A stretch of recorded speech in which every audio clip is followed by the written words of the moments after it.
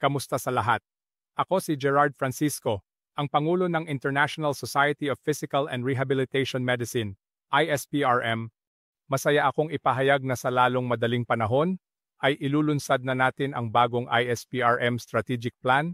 Ang strategic plan na ito ay isinilang mula sa maraming pagpupulong ng President's Cabinet at iba pang mga tao na kasangkot sa ISPRM. Nagsimula kaming magtrabaho dito kaagad pagkatapos ng aming kongreso sa Sydney at matapos ang karagdagang pagbuo ng nilalaman ng strategic plan. Kumpiyansa kami na handa na kaming ibahagi ito sa aming mga miyembro. Ngunit napakahalaga para sa ISPRM na magkaroon ng isang strategic plan.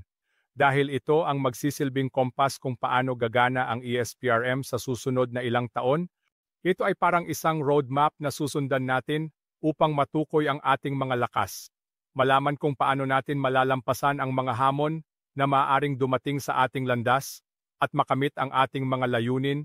Ang strategic plan ay magbibigay alam din sa atin tungkol sa mga prioridad ng lipunan at ng mga miyembro nito at makakatulong sa atin na ilaan ang ating mga yaman upang magamit ang mga ito ng pinakamas mahusay na paraan. Ang ISPRM Strategic Plan ay may 4 na haligi. Ito ay ang advokasya, komunikasyon, operasyon at kalusugan sa pananalapi at edukasyon at pananaliksik. Advokasya. Nakagawa na tayo ng mahusay na trabaho sa pamamagitan ng ating pakikilahok sa World Health Organization, World Rehabilitation Alliance, at United Nations. Ngunit nais naming mas mapabuti pa ang aming ginagawa upang mas makakatulong kami sa aming mga pasyente na aming ginagamot sa buong mundo. Ang operasyon at kalusugan sa pananalapi ay napakahalaga dahil ito ang magbibigay daan sa atin upang gawin ang mga nais nating gawin at gawin ang mga kinakailangan upang maipatupad ang strategic plan. Papalakasin din namin ang aming komunikasyon sa aming mga miyembro at sa mga hindi miyembro ng ISPRM upang malaman nila kung sino kami at kung ano ang aming ginagawa. Ngunit sa loob ng organisasyon, talagang nais kong makipag-ugnayan ng higit pa sa aming mga miyembro sa buong mundo.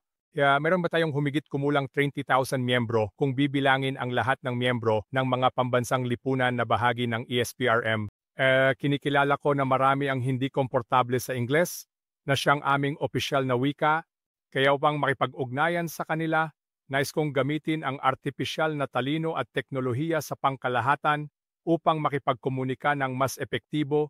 Sa katunayan, ang talakayang ito na ibinibigay ko ngayon sa Ingles ay isasalin sa iba't ibang wika na magiging available para sa iba't ibang miyembro ng ISPRM.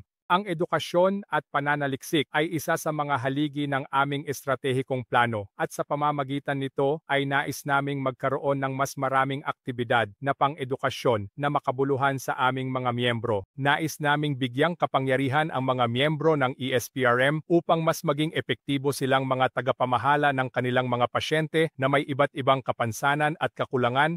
Lubos akong umaasa na basahin mo ang aming estratehikong plano. At kung mayroon kang mga komento o tanong tungkol dito, mangyaring huwag mag-atubiling makipag-ugnayan. Sana ay makita ko ang marami sa inyo sa ISPRM 2025 Congress sa Marrakech, Morocco sa unang bahagi ng Nobyembre. Salamat!